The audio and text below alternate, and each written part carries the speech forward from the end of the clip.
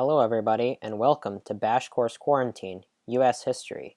My name is Young Craig, and today we're going to learn about sectionalism in the United States.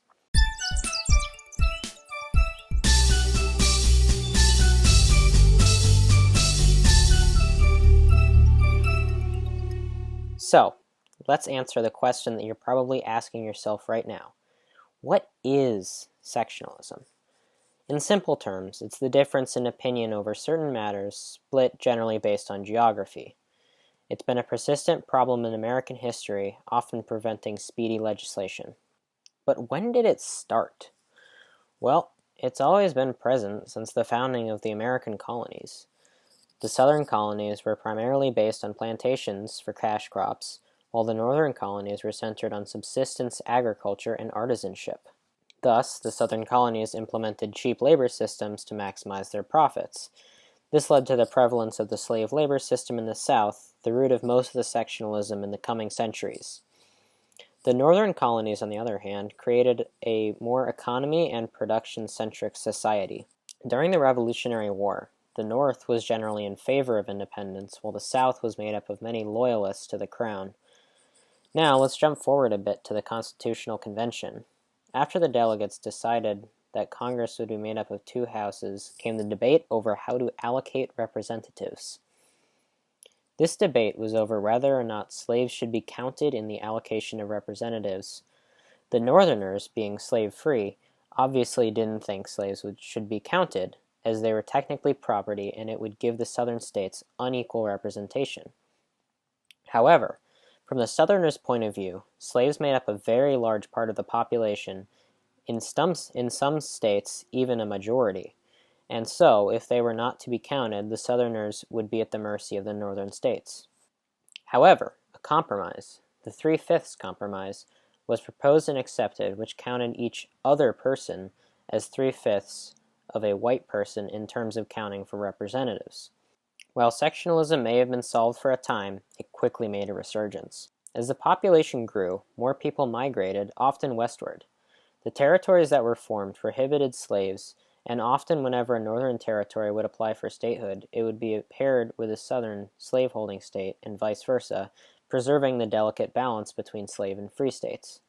The main example of this is the Missouri Compromise, where the slaveholding state of Missouri was admitted into the Union in conjunction with Maine and the North. In the first half of the 19th century, many cultural and social movements also divided the North from the South. While the North was experiencing many reform movements, such as temperance, women's rights, asylum reform, and abolitionism, the South stayed conservative. This only led to greater divides between the two, as radical newspapers, such as William Lloyd Garrison's The Liberator, appeared, and vocal anti-slavery advocates such as Frederick Douglass, Sojourner Truth, Harriet Tubman, and others made their calls for action heard. In 1831, a crisis further inflamed sectionalist anger.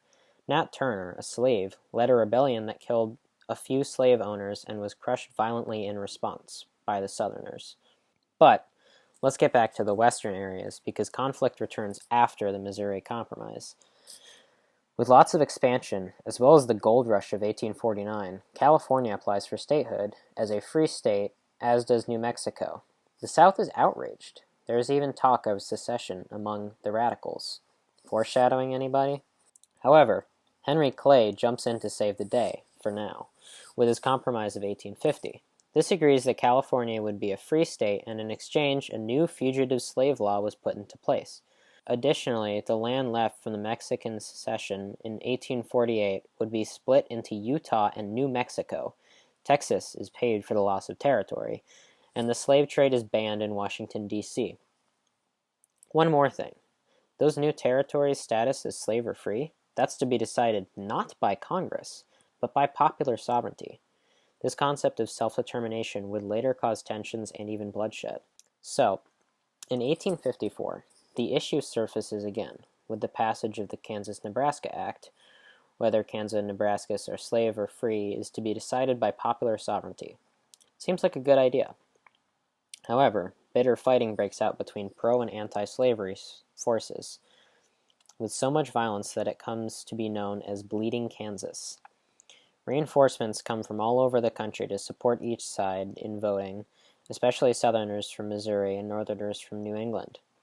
A pro-slavery constitution is written in Lecompton, while an anti-slavery legislature remains in Topeka. Pro-slavery forces attack Lawrencetown.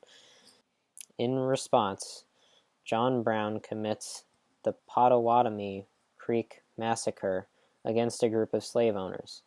Back in the capital, Brooks canes Sumner.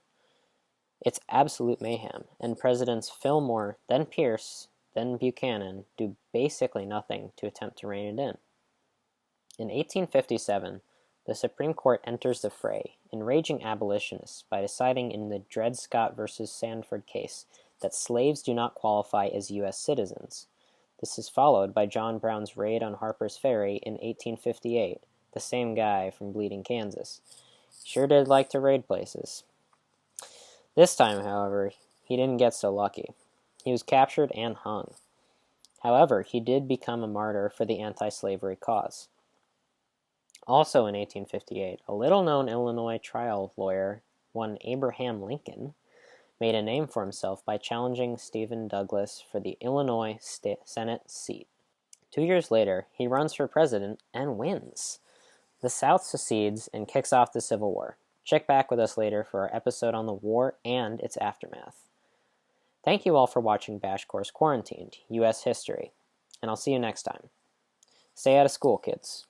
The Bash Course Quarantine team is Sandro Ansari, Estela Millan, Sam Mencimer, Pasha, Ishaq, Sarah Orozco, and myself. Please put any questions you have about the video in the comments below, and we'll try to convince Ms. Felmus to answer them because most of us have no idea what we're talking about. Remember to tune in next time on Bash Course Quarantine, and as they say in my hometown, oh my EOSH.